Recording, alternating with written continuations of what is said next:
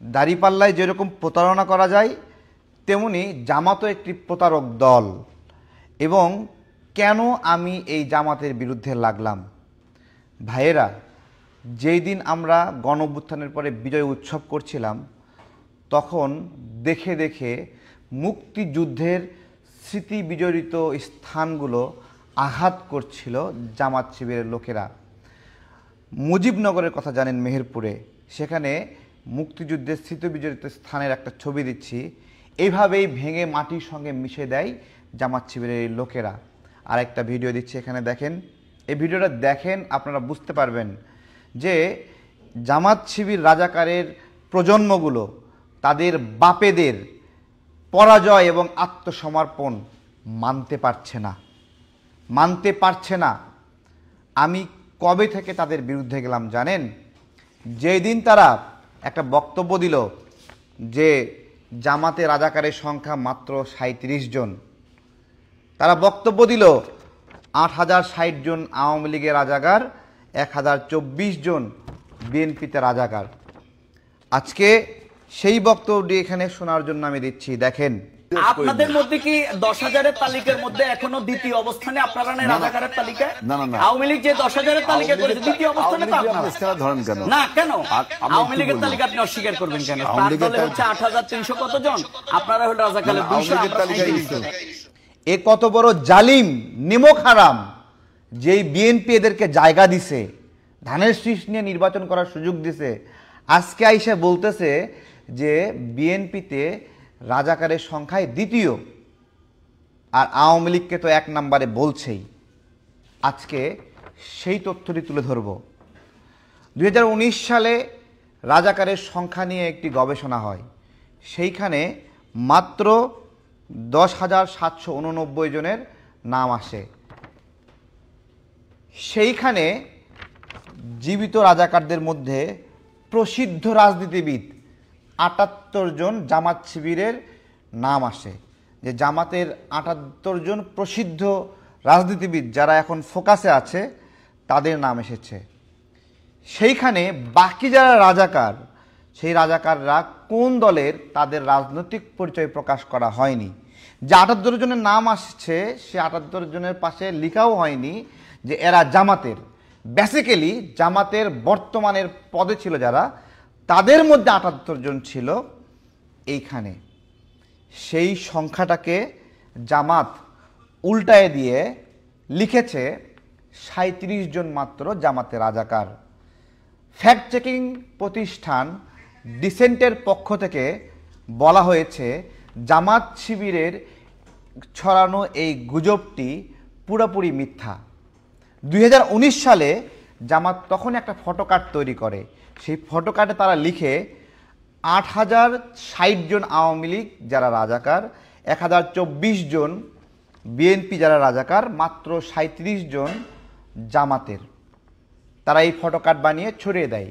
ঠিক তখনই BD fact check প্রতিষ্ঠান এটাকে কাউন্টার দিয়ে এটা যে মিথ্যা, এইরকম কোনো তালিকা রাজাকারের তালিকায় নাই তা প্রচার করে। সেই সময় লজ্জায় এবং মাথা নিচু করে জামাত শিবির সেটা প্রচার বন্ধ করে। কিন্তু গণ অভ্যুত্থানের পরে এই যে আমরা বিজয় অর্জন করলাম, সেই ফাঁকে তারা সেই আলাপ আবারও ঢুকে দিয়ে গেল যে রাজাকারের সংখ্যায় 8060 জন আওয়ামী লীগ, 2 নম্বরে আছে বিএনপি 1024 জন এবং 37 জন। এবং জামাত শিবিরের আলোচকরা বিভিন্ন আলোচনা গিলেই এই মিথ্যাটা বলে।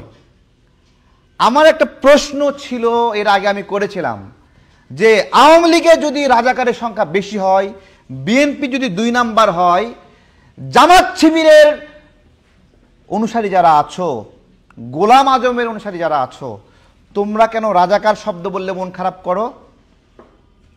কেন? আমরা যখন রাজাকারের নাতিপুতি বা এই ধরনের আলাপগুলো আসে তখন জিজ্ঞাসা হয় যে রাজাকার ছিল 1971 সালে, ঠিক এই সময়ে এসে এই শব্দটা প্রাসঙ্গিক কেন? ভাই রে ভাই, যখন কেউ বলে গোলাম আজমের বাংলায় বৈষম্যের ঠাঁই নাই, গোলাম আজমের বাংলা যখন বলে তখন তো আমাদেরকে ধরেই নিতে হয়। যে সে যেহেতু গোলাম আজমের অনুসারী, গোলাম আজমকে আদর্শ মনে করে, আর গোলাম আজম যেহেতু এই বাংলাদেশকে মানে না, গোলাম আজম যেহেতু বাংলাদেশকে স্বীকৃতি দিতে দেয় নাই, গোলাম আজমরা যেহেতু এদেশের নারীদেরকে ধর্ষণ করেছে, গোলাম আজমরা যেহেতু শিশুদেরকে হত্যা করেছে, গোলাম আজমরা যেহেতু পাকিস্তানিদেরকে দেখিয়ে দিয়েছে কোথায় কোথায় মুক্তিযোদ্ধাদের পরিবার আছে, তাদেরকে হত্যা করেছে, বাস্তবতা হলো পাকিস্তান এখান থেকে 1000 কিলোমিটার দূর থেকে যুদ্ধ করতে এসেছে। এখানে তাদের 7 দিন টিকার কথা না, 7 দিনের মধ্যেই পরাজয় হওয়ার কথা, কারণ দূরত্ব অনেক বড়।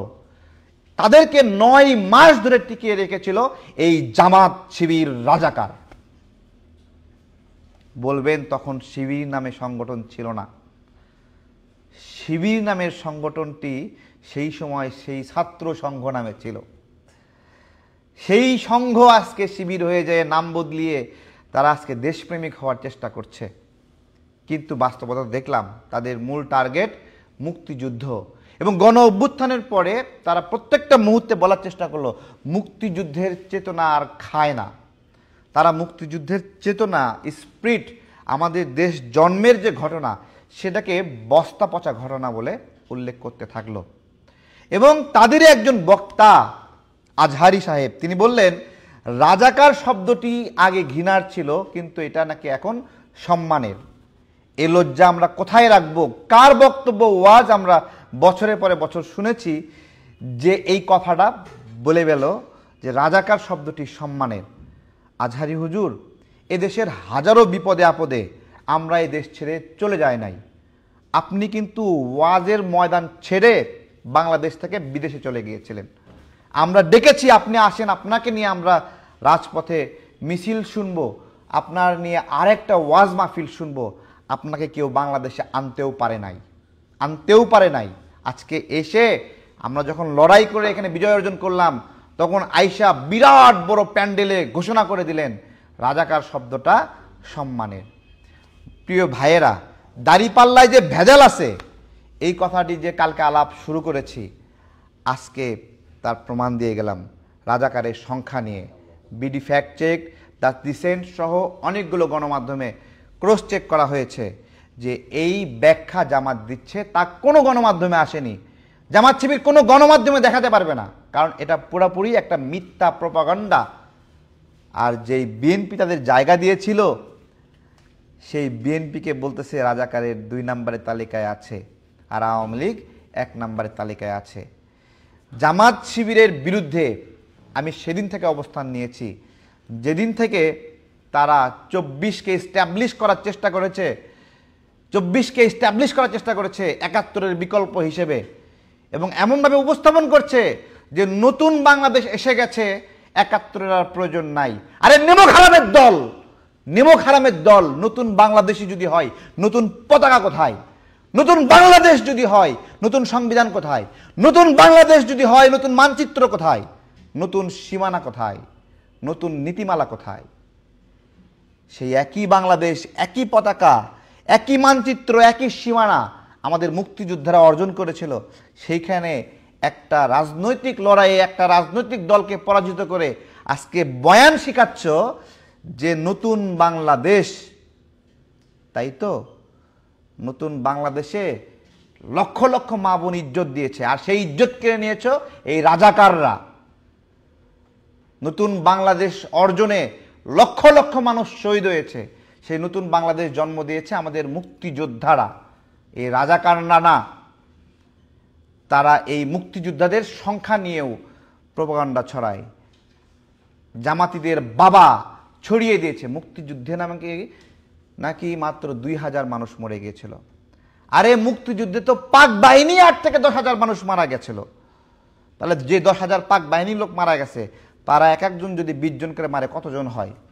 আর জীবিত যারা ছিল তারা কতজন মারছে?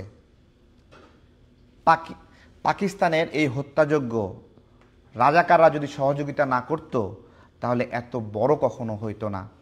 তারা যে মুক্তিযুদ্ধে আমাদের শহীদদের সংখ্যা নিয়ে প্রশ্ন তোলে, এক একটা বদ্ধভূমির এক একটা কূপে, এক একটা গণকবরে 80 থেকে 90 জন, 100 জন এরকম মাথার খুলি পাওয়া গেছে। আর একটা বদ্ধভূমিতে শত শত এরকম গণকবর পাওয়া গেছে। যদি একটা গণকবরে শত শত এরকমভাবে লাশ পাওয়া যায় আর একটা বধ্যভূমিতে শত শত গণকবর থাকে, বাংলাদেশের 40টি জেলায় এরকম বধ্যভূমি ছিল প্রায়, তাহলে 40টি বধ্যভূমিতে কতগুলো মানুষ নিহত হয়েছিল, কতগুলো মানুষকে হত্যা করেছিল। জামাত শিবিরের এই ব্যাখ্যাকে কি বলবেন? শরীর জ্বলে যায়, মাথা ঠিক থাকে না, মুক্তিযুদ্ধ নিয়ে নোংরামি করছে। তাই তো বলেছি, দাড়িপাল্লা দেখলেই ন্যায় নীতি খুঁজবেন না। দাড়িপাল্লার মধ্যে প্রতারণা আছে, দাড়িপাল্লায় ফাঁকি দেওয়া যায়, দাড়িপাল্লায় চিটিংবাজি করা যায়। আর সেই চিটিংবাজি করছে এই যুগের দজ্জাল, যারা ভূমিকম্প নিয়ে প্রশ্ন তোলে যে জামাত ক্ষমতায় আসলে ভূমিকম্প নিয়ন্ত্রণ করবে। এই যুগের দজ্জাল, যারা দজ্জালের মতো দুই হাতে জান্নাত এবং বেহেশত দেখিয়ে বলে তোমরা জান্নাতে যাবা না বেহেশতে যাবা, জান্নাতে গেলে এই রাজাকারদেরকে ভোট দাও। তাহলে বলেন, দাড়িপাল্লা নিয়ে যে ব্যাখ্যা দিয়েছি সেটা কি একেবারেই অমূলক?